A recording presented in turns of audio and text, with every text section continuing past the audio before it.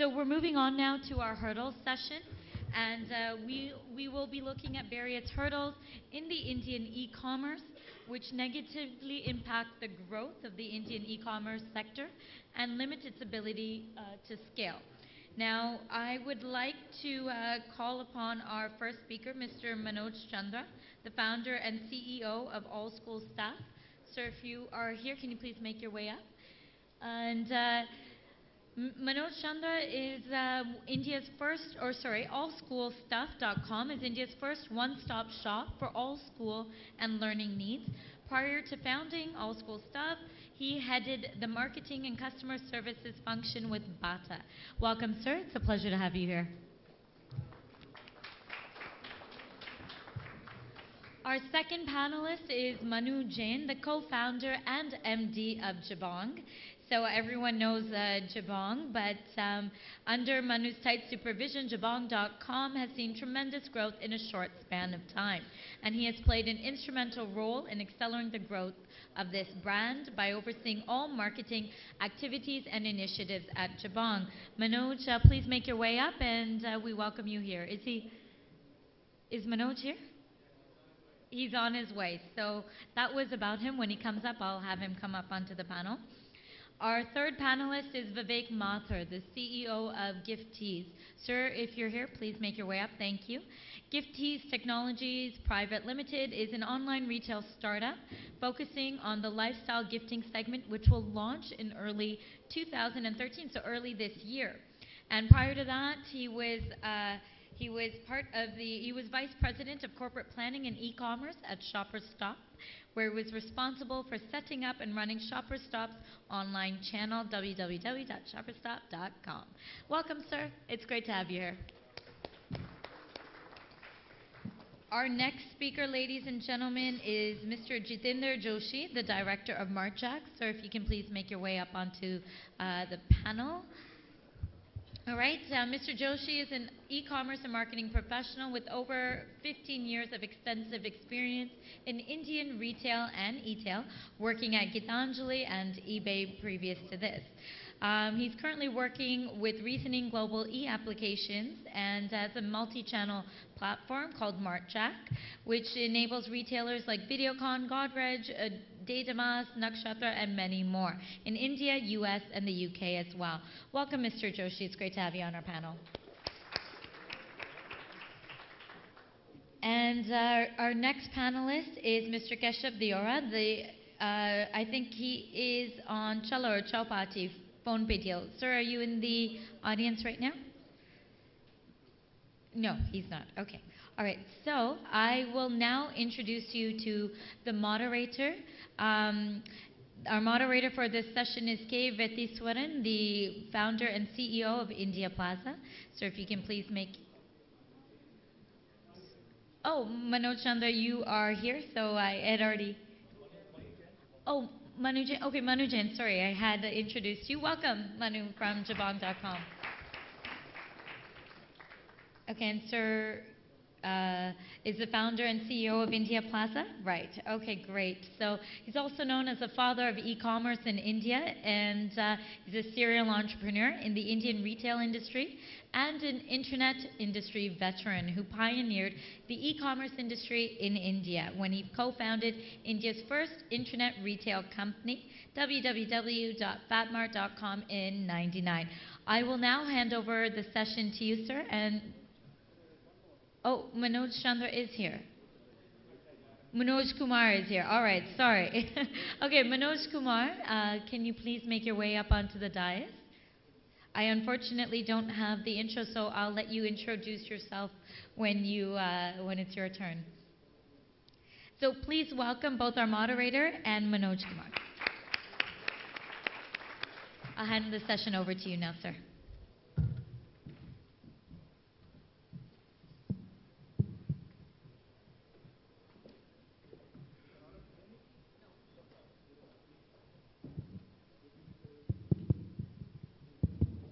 Now, can all of you hear me? Okay. So, good evening to all of you. It's an absolute pleasure to be here. So, without wasting time, because I guess we're already running late, in my view, we are probably discussing the most important session, the hurdles impacting the growth of the industry. And there are many of them, but I was chatting with some of my co-panelists before coming here, and I asked them what are the big hurdles in their view. And they came up with something that I thought I will use for this. They said the entire business is a hurdle. So given the fact that the entire business seems to be a hurdle, what I'm going to do is to list some of the less important hurdles, the easier ones. I'm not going to spend time discussing them. I'm certainly not going to offer solutions to them because we don't have the solutions for many of them. What I will do, but over the next 45 minutes, I'm going to use a lot of the time allowing my co-panelists to speak on one or more of the hurdles.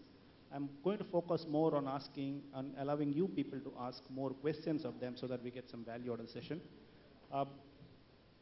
You know, while I did say it in a manner of speaking that the business is a hurdle, I think it is reasonably true because I have personally done e-commerce in this country from '99, and a lot of the hurdles that we faced when we started remain hurdles. Some of them have become easier, some of them have become more difficult. New hurdles have come up, and I can tell you, irrespective of how we deal with these hurdles, more hurdles are likely to come up. So it's not that we're going to have a comprehensive discussion and solution. I think we're going to just keep getting more and more of them. But I think what is exciting is the fact that despite all these hurdles, there are so many people coming and trying to solve them in their own manner. I'm also going to read out some of the hurdles in my name, in my view. I think many of these people will accept, but they'll probably add a few. It is not there in any particular order of importance. So I'm just going to read some of the notes that I made. I think there are some macroeconomic issues, there are some government issues, sales tax is an issue, foreign direct investment continues to be an issue, payment gateways are an issue, last mile deliveries, technology, investing in technology, platforms are an issue, customer acquisition costs are an issue, supply chain readiness is an issue, cash on delivery is an issue, offline players going online is an issue, vendor readiness in India is an issue, hiring employees for a business like this is an issue, and I have just ran out of space on the sheet, so we're going to restrict ourselves to this. So, but what I will do is I'm going to ask these people to speak on one of them for a few minutes, and then we'll throw it out. Maybe let me start with Manu. Why don't I start with you? We've seen a lot of advertising from Jabong all over the place.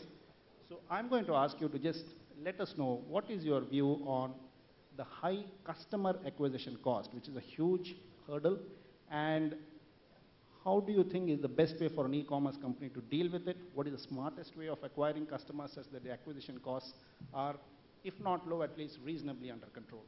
And what has been your experience at Jabong?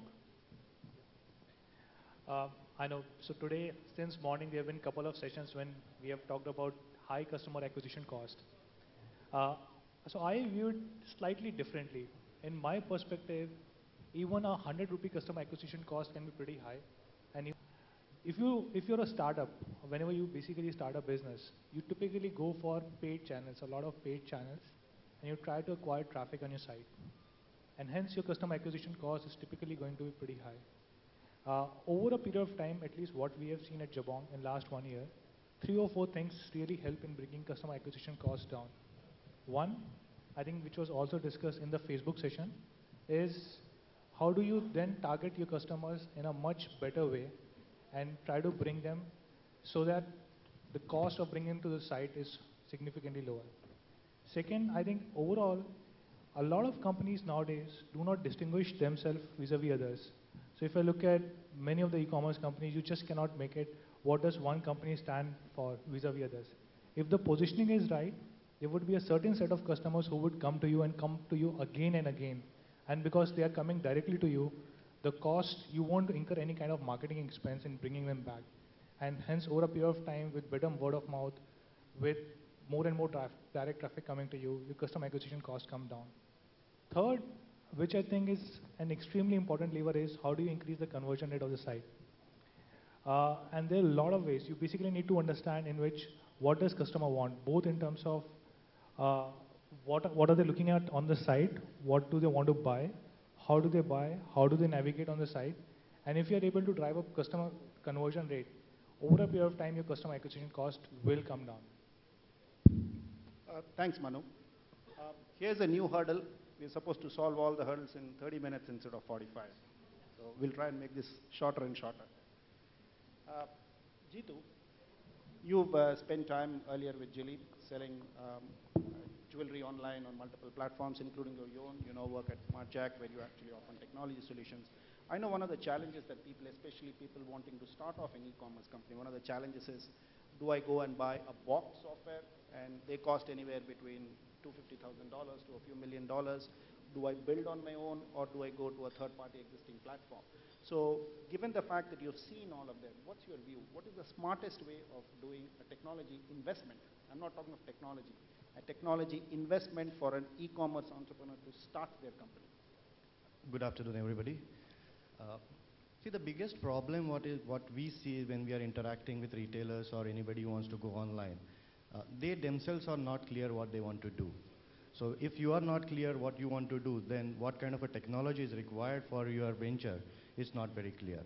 If somebody is starting, offline retailer starting something where the core competency is not in technology, I think going with the third-party platform is the best way. They can check, they can actually do various things with the platform, where 95% of the technology requirement in terms of functionalities, features are already available, so they don't have to go with the starting from the scratch. Go to market is much, much faster. So just to give an example, one of the guys who have come on the platform, a huge electronic retailer, we are able to make the entire transition of their site in 28 days. So if that kind of a go-to-market strategy they can have a lot of flexibility in terms of doing it. It comes with everything with pre-integrated.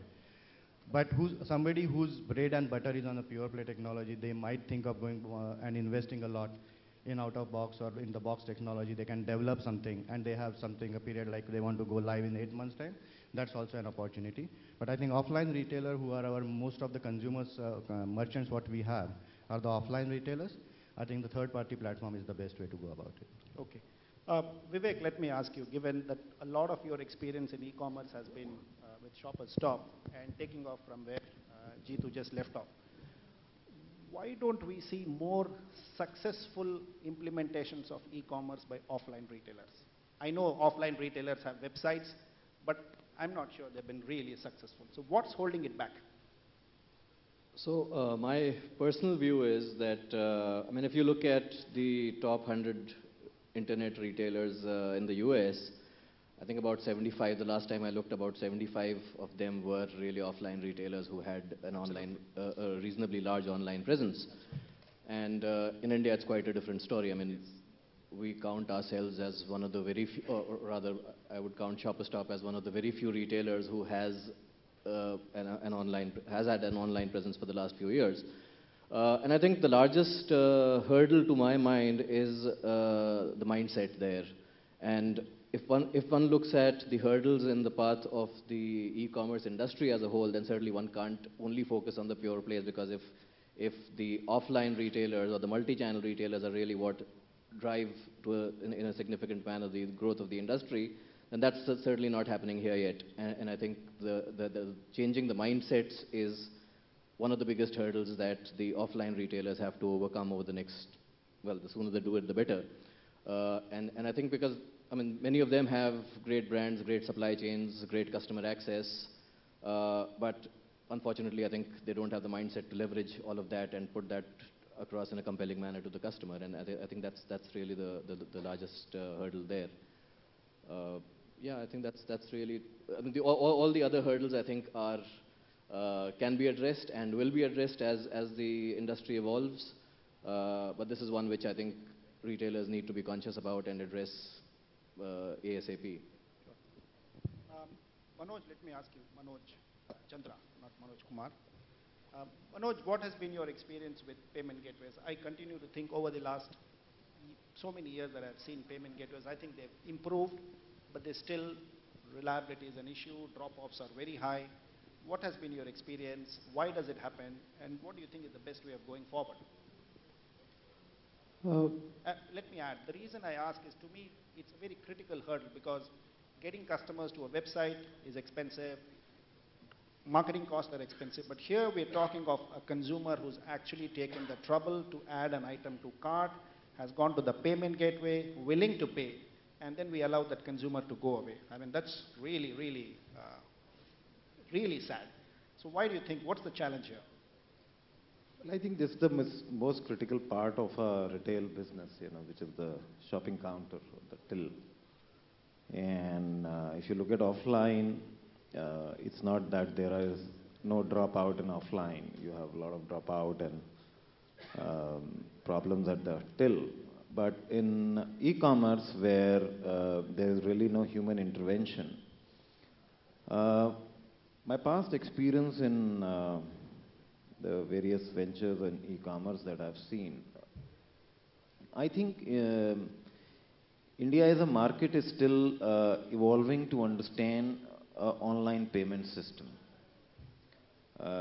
First, the number of people with cards is very little, and even if they have, most don't use them.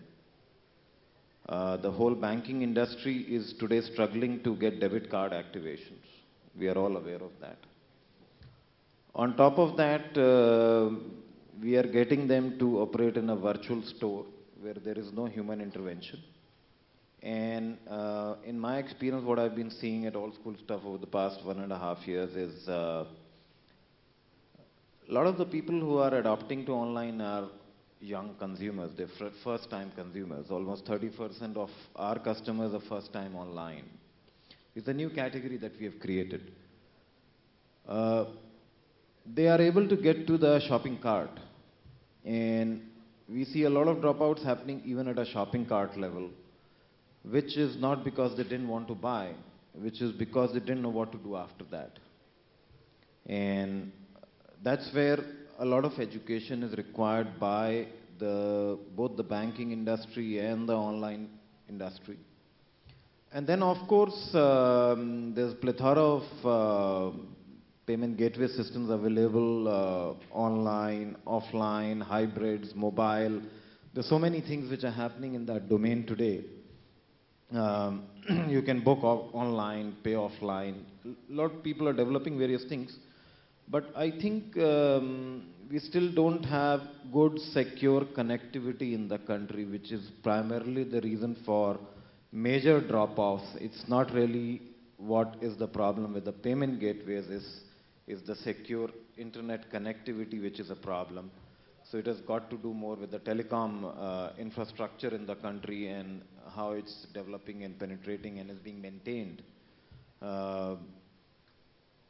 Payment gateways are the final frontier for e-commerce, and definitely need a lot more development in the country, a lot more capitalization. I have worked with various payment gateway systems, and a lot of them experience huge traffic bursts and they collapse. On top of that, the regulatory framework of the banking industry, which creates a lot of hurdles in implementation, which just creates that many more hurdles. So first is finding a payment gateway, then signing a 2 feet high stack of forms, with each bank. And banks still have the mindset about, some banks still charge deposits to open a payment gateway for you. So as Vivek talked about mindset issues in management and offline, I think there are so many hurdles in sorting out the payment gateway mess, and that is where the Indian industry created the devil for itself, which is cash on delivery, Okay. So whether it's a devil or it's not a devil, we'll probably deal with it separately, but let me ask you, Manoj. You're doing something very different with offline vendors. You're trying to integrate them. So one of the challenges that I've seen, obviously, is the last mile delivery part. I want to know whether you went and integrated with the small retailers because you were trying to solve the last mile delivery. And what's your perspective? Does it make sense to use courier? We know a whole lot of e-commerce companies who are now building their own infrastructure, having their own delivery networks. How do they compare? What's your view there? Yeah, just to start with, I could hear all the hurdles which are there for the e-commerce, and the business which we started uh, was looking at these hurdles of whether it was the credit card availability in our country, uh, payment gateway as our friend was talking about. Uh, we had a massive problem of trust, that if I buy, will the product reach me, not reach me? Last mile delivery, whether the products will reach in a smaller town, how will it reach? Now these are these problems are specific to our country. This is not specific to the Western world. Western worlds, everything is working perfectly.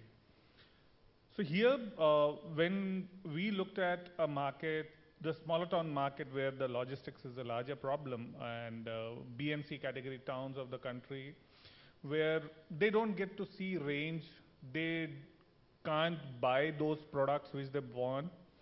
But for them, the best solution is go online and buy.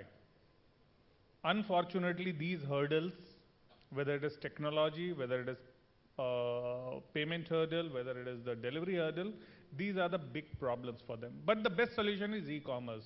Hence, what we have tried to do is we created a format wherein we have tried to bring e-commerce closer to the customers in this market. And what we tried to do is we have a kiosk in smaller markets where people can go and human-enabled e-shopping is done. So the customer can pay to the retail shop there whom he trusts. The customer can collect the delivery from there, so he doesn't have any issue of the COD, or he doesn't have any courier problem. So there is a different way of all making the material reach to him. We are able to work. So what we have tried to do is we have reached to the smallest of the places where normally a courier guy will not reach, normally a COD will not happen, or the guy has no technology understanding. Now that kind of a city or a small kasbah in our country, that customer belonging to that place also will be able to shop online. Yeah, it is a human-enabled e-commerce, and that's where we are trying to resolve and work on these hurdles and really get through to them, the e-commerce. Why don't we do one thing? We just have, I guess, 10, 15 minutes to go. While I'll try and come back to them if there's more time, but maybe if any of you have questions on any of these panelists, it's a good time to start asking. We'll try and see, we'll talk among, yes, please.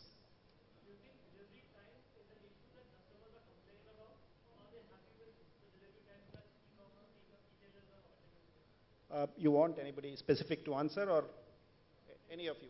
Sorry, I'll make that a little specific. How many complaints do you get in a day? Do you know that how much revenue did you make yesterday? How many complaints did you get from customers yesterday? Do you know both these metrics? Typically, e-com companies, they know all these metrics, and so they know the buckets. So let me answer your question. I think the metrics, the good thing about the e-commerce business, almost everything is measurable. Metrics are available. Including complaints? Yeah, everything is measurable. All data is available. I'm sure everybody knows. I'm not sure whether they're going to tell you what the data is, but certainly the data is available. No, I have no problem if, I respect the privacy of not sharing data. The data is available. Absolutely, data will be available on the number of complaints. Number of complaints? Absolutely. There's no question about mine. See, today's world, just if I can answer, today's world, it's the wide world, okay? And a single customer complaint also, I think every one of us are wary about. We don't want a single complaint to come, because earlier it used to be word of mouth, that okay, I know 10 people, I can talk to them. Today it's a word of wire. I know 5,000 people. One post of mine can ruin the whole company. So people are more careful about it, and I don't think there is too much of an issue at this point of time. So if I put it on Twitter with the hashtag, you'll probably see me, but I put it on Facebook, will you know exactly where the complaints are? And if I write to you a mail, how soon can I expect a response? Immediate basis online. I think Manu. Anybody But else? for our company, we do it. Okay, sorry, we are digressing from the original question. I think we'll still come back to your question because I think that was a different question. In terms of delivery time, I think most of the people, at least from whatever bigger companies are providing, which is same day delivery or next day delivery or delivery within 2-3 days, I think consumers are pretty happy. But as and when the consumers evolve, they expect better and better. This is same as mobile telephone or anything else. 10 years back, people were happy with a landline phone, then people were happy with a WLL phone. Now people are not even happy with a mobile phone. And people always want companies to improve performance. For example, in our case, we do same day delivery and next day delivery on all major cities. People are pretty happy. I don't see any major issue coming in that direction. Well, the real challenge in consumer expectations of delivery or complaints, I think, is that at the end of the day, e-commerce companies are still trying to deliver physical products. There is a minimum time that is required to move products from A to B. Unfortunately, customer expectations move much faster. So it's always a game that you're trying to, it's a shadow that you're always going to catch up with. The issue is how close can you come? Veti, can I add one point to this? Yeah. I think also one has to look at expectations of customers are different across geographies. A customer in a metro expects the same day delivery because he's used to that, because he has the option of going to an offline store and buying the product. But if you are in a tier 3 store, town where you know this product will never be available, the distribution just doesn't reach. The expectation of that customer is very different because his objective is to procure that brand or that product, and he is ready to wait for some time for getting that product. Of course, there is a measurable time in which he would like, but this expectation would be different based upon product category and geography from where this order is coming through. Sure. Anybody else has any other? Yes.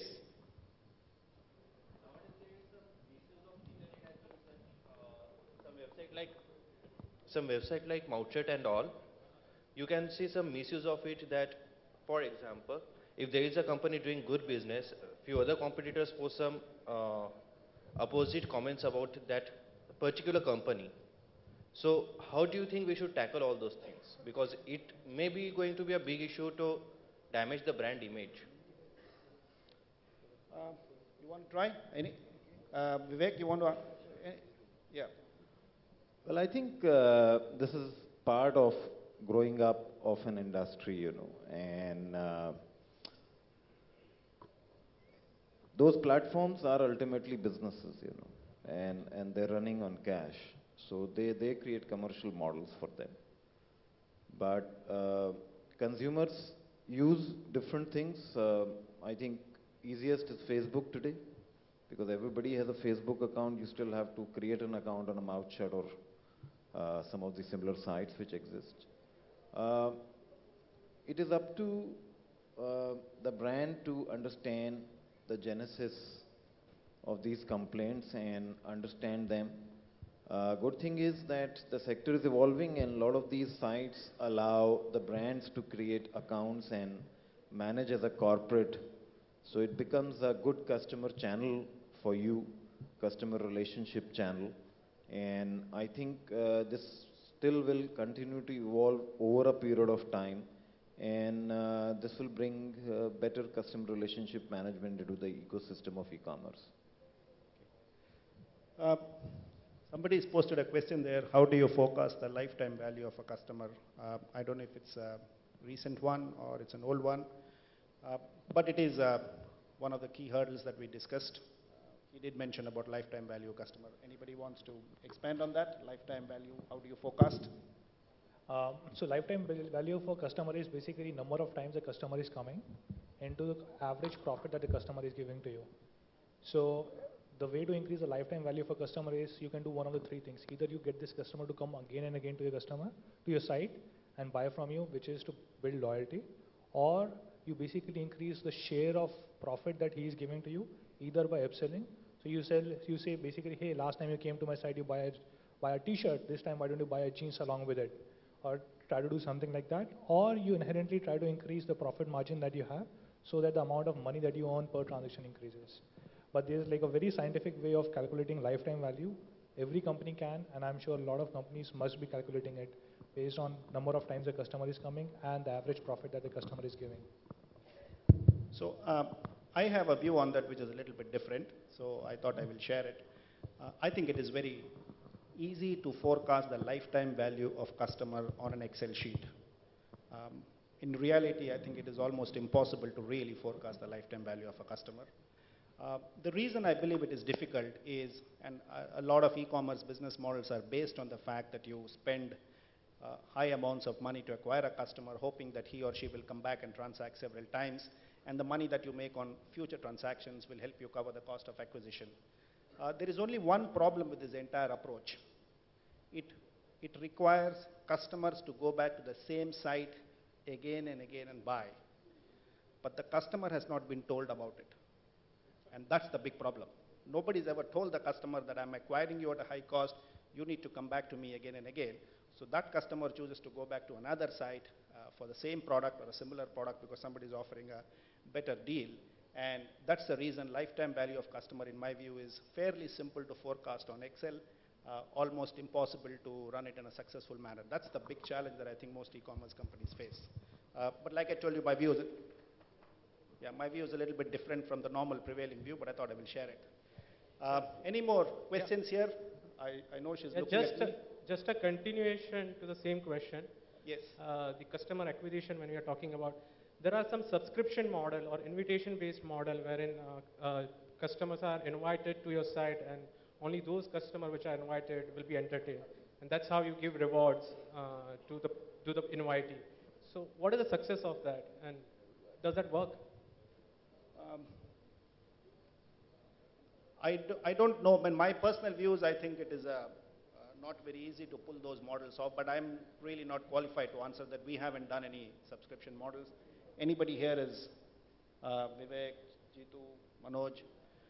Okay, so since nobody seems to have a view, my view on that is that by nature, getting a consumer to come to a website and transact in itself a challenge right now. I think subscription models are probably adding an additional layer of challenge that at this point in time is probably not in their best interests. So I'm not sure that it is good, but what it does, it creates an element of exclusivity around the whole thing. It's not very difficult from what Gmail did when they launched, saying only by invitation. And obviously invitations initially were tough to get, but overall easy to get. I think a lot of companies launch great products and make sure that availability is restricted in the initial days. It is similar, but at this point in time, given where e-commerce in India, I personally wouldn't endorse the model, but I may be completely wrong. I'm sure there are people who've seen India success. Times is using it, I guess. Or India Today group. Yeah, well, I can talk to you, but she's standing up, so there's not much that I can do now.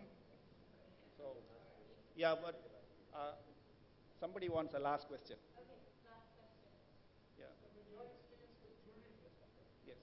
Yeah. Yes. So do you think touch and feel or the trial of the product was a major handicap as far as jewelry online is concerned? And were you able to address it effectively? So typically when I was working with the brands. And for the brands, we didn't find that kind of a issue or touch and feel. Of course, the price point what we were selling was much lesser than what offline brands used to sell. But touch and feel was an issue, but actually it was an advantage for us because we were not able to go into the tier 3 cities in terms of the distribution. But through BDI and everything, the brand had already reached them. So there was a demand coming from that side. We had actually issue in terms of logistics, how to provide that to the tier 3 cities, not in terms of getting the buyers online. Okay, I guess, well, you can ask. I'm not sure we can answer.